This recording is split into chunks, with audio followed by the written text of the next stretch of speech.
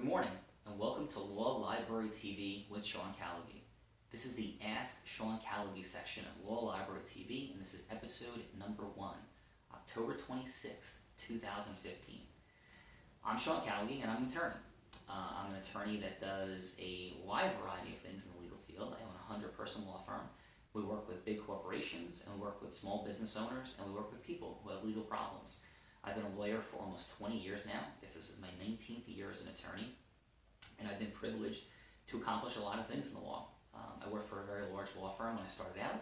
I started my own firm when I was 28 years old, produced a 40-person law firm that was very successful in the late 90s and early 2000s. I built a coaching, training, and public speaking company that's been successful, and now I own a law firm that has 100 plus employees overall.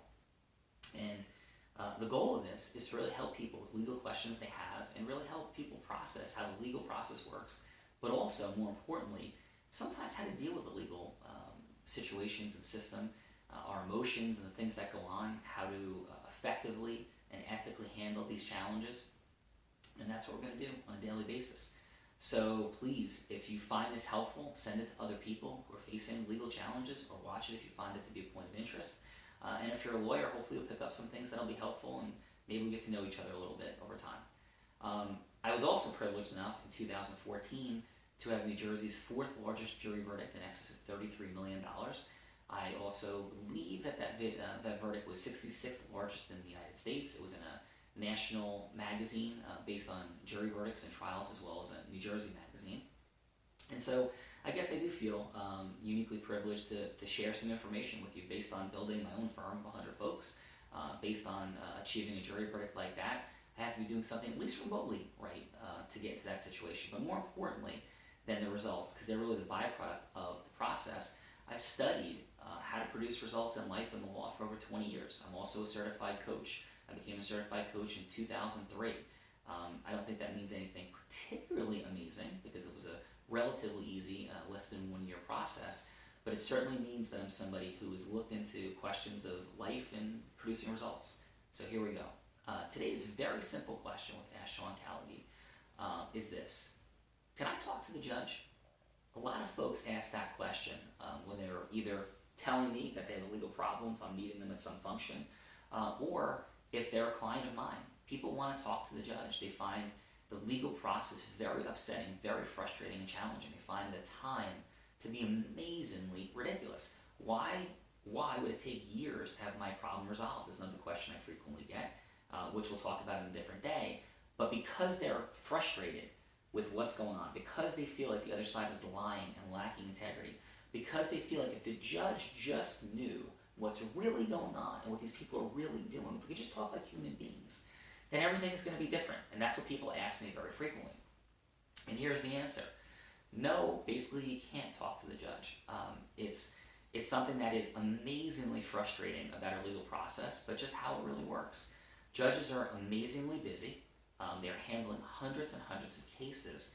And believe it or not, their job and their responsibility is not to figure out who is good and who is bad. I personally find that to be very frustrating about the process.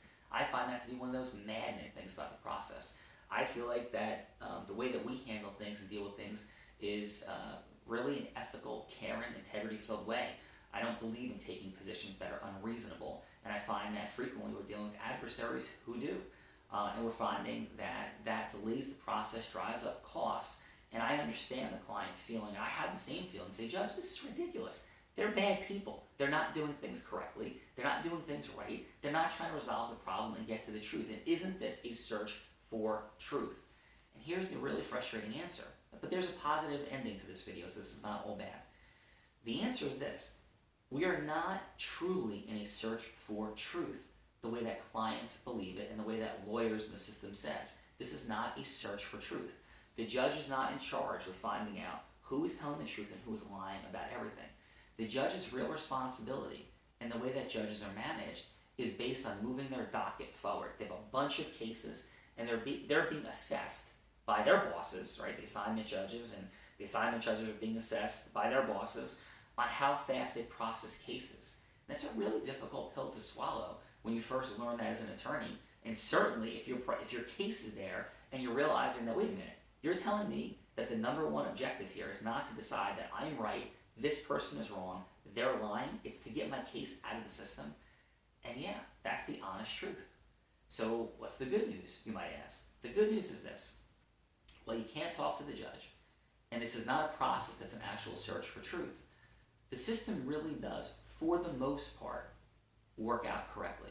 And if you do get all the way to a jury trial, which is a long, arduous, and cumbersome process, the people that sit in that box take their job very seriously. And no, people don't want to be on jury duty. And people certainly don't want to be selected for a jury, for the most part. But when they are in that box, and when that process actually begins, then they really care about getting to the right answer. They really care about who's lying and who's telling the truth. They really follow the judge's instructions. That's what studies show, and that's what my experience has been. So what do you do in between, though, for all those 4 years, or 5 years, or 6 years that you're going through this process? And the answer is you build a relationship of trust, of information flow with your attorney. You trust your attorney if they deserve your trust. And here are some questions you might want to ask yourself, which we'll get to on another video, actually not deal with today, because I want to make these short and crisp. So tomorrow's video should be, how do I build that trust? What are some questions I should be asking to learn if I'm in the right process or system before I get to a jury verdict 2, 3, 4 years down the line? So the answer for today is, can I ask the judge? No, you really can't ask the judge during the pendency of your case. That's not how the system works. But there's ways you can get a feel for if things are on the right track or not, which we'll talk more about tomorrow. If you like this video and you find that it's going to be helpful, my name is Sean Callagy. Please share it on social media. I also do a video I'm really, really proud of on a daily basis called Why Not? That's also posted on our Callagy Law Facebook page. And that video is about getting more out of life and producing the results that you want. For today, you can't ask the judge, but you can find out if your case and your legal process, whether it's a transaction or a lawsuit, are in fact on track. Have an awesome Monday, October 26, 2015. Have a great day. Legal Library TV, tune in. Thanks.